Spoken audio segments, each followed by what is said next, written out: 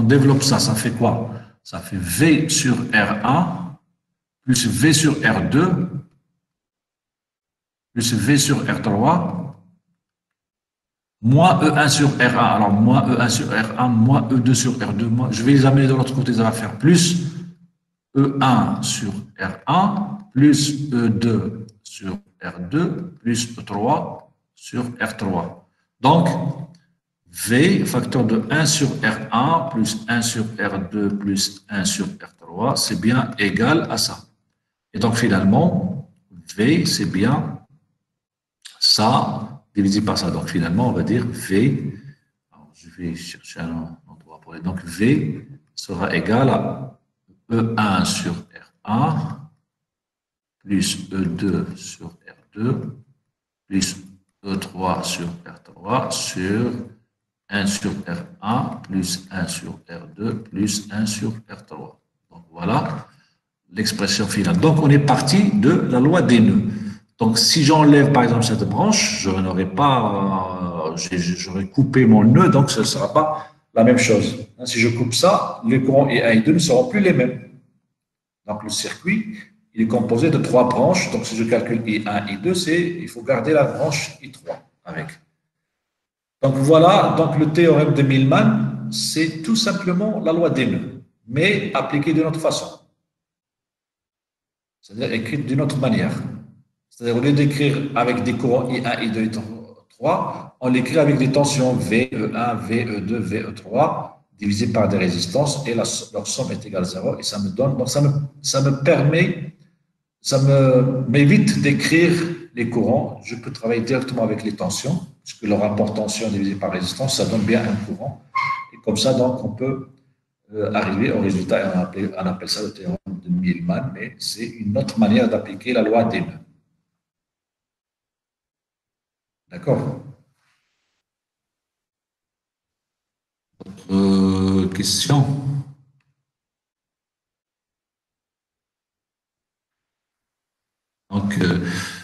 Donc Amina Al-Arabi, il a trouvé 1,88 milliampères par la loi des mailles. Donc, c'est milliampères ou méga-ampères. Grand M, c'est méga. Quand on veut dire milli, on écrit petit m. Quand on écrit grand M, c'est méga. Donc, c'est milliampères, je suppose. Voilà. Alors, je reviens sur cette histoire de Millman.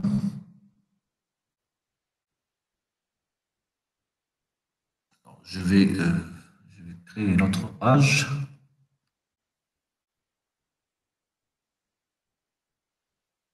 Alors, je vais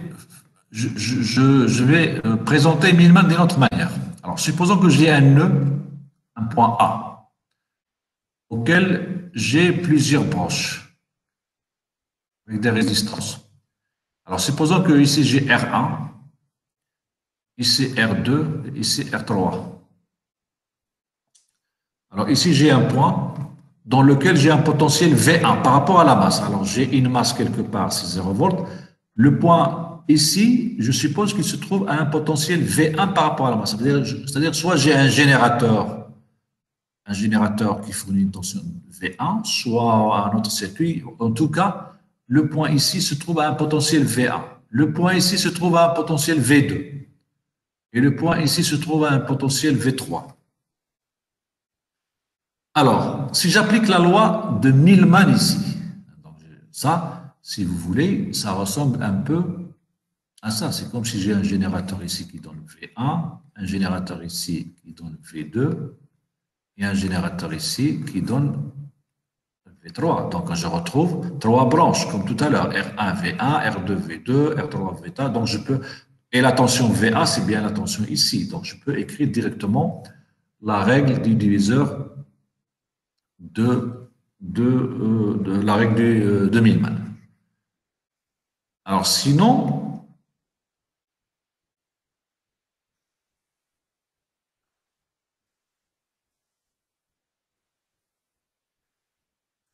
je vais appliquer directement la loi des nœuds.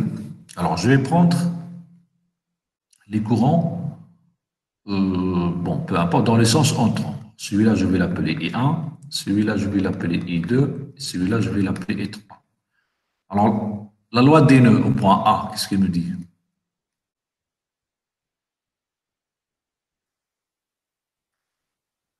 Il me dit que I1 plus I2 plus I3 est égal à 0. Alors, I1, c'est quoi? Alors, quand j'ai une résistance R entre deux points A et B, le courant qui circule de A vers B, c'est tout simplement VA moins VB sur R. D'ailleurs, la tension ici, U, si j'applique la loi d'Ohm, je vais dire U est égal à RI. Ça, tout le monde le sait. I dans ce sens. Et c'est quoi U? C'est VA moins VB. D'accord? Donc, on va dire que le courant, c'est le potentiel de départ moins le potentiel d'arrivée divisé par R. Je vais l'appliquer ici. C'est-à-dire que VA, c'est quoi VA? Donc, c'est le courant qui va de ce point vers ce point. Donc, c'est ce potentiel-là, moins c'est ce potentiel ici, moins le potentiel ici, divisé par cette résistance. C'est ça le courant qui va dans ce sens. Si je prends le courant dans ce sens, je vais dire c'est VA moins V1 sur R1. Donc, I1, c'est V1 moins VA sur R1. Donc, I1, c'est V1 moins VA sur R1. Plus le courant I2. I2, c'est quoi? C'est V2 moins VA sur R2. Plus le courant E3, c'est V3 moins VA sur R3. Et tout ça, c'est égal à 0. Donc,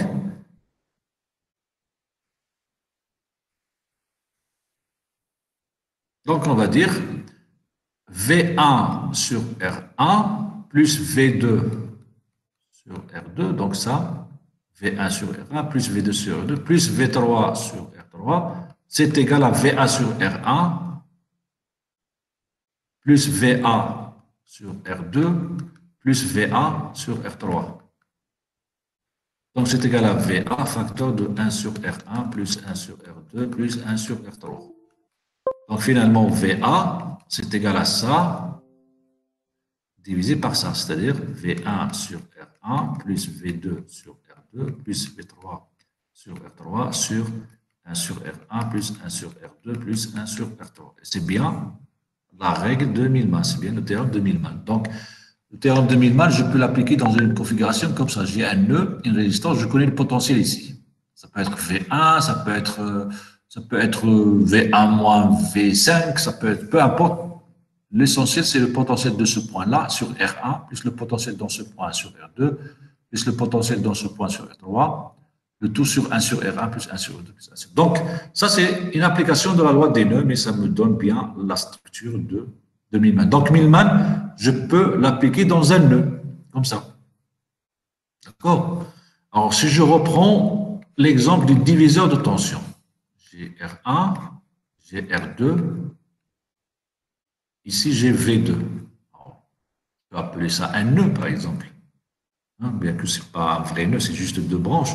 Donc, V2, si j'applique Millman, je vais dire c'est E sur R1 plus 0 sur R2 sur 1 sur R1 plus 1 sur R2.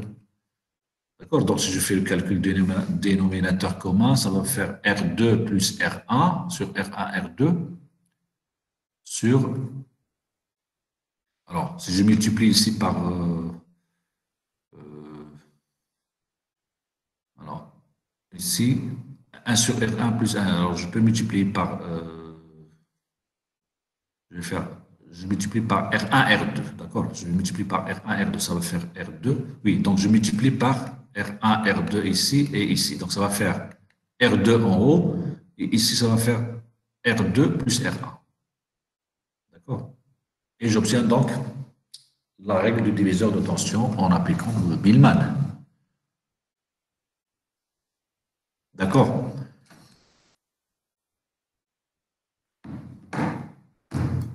Monsieur, Oui. est-ce que vous pouvez ajouter des sources de courant dans cet exemple?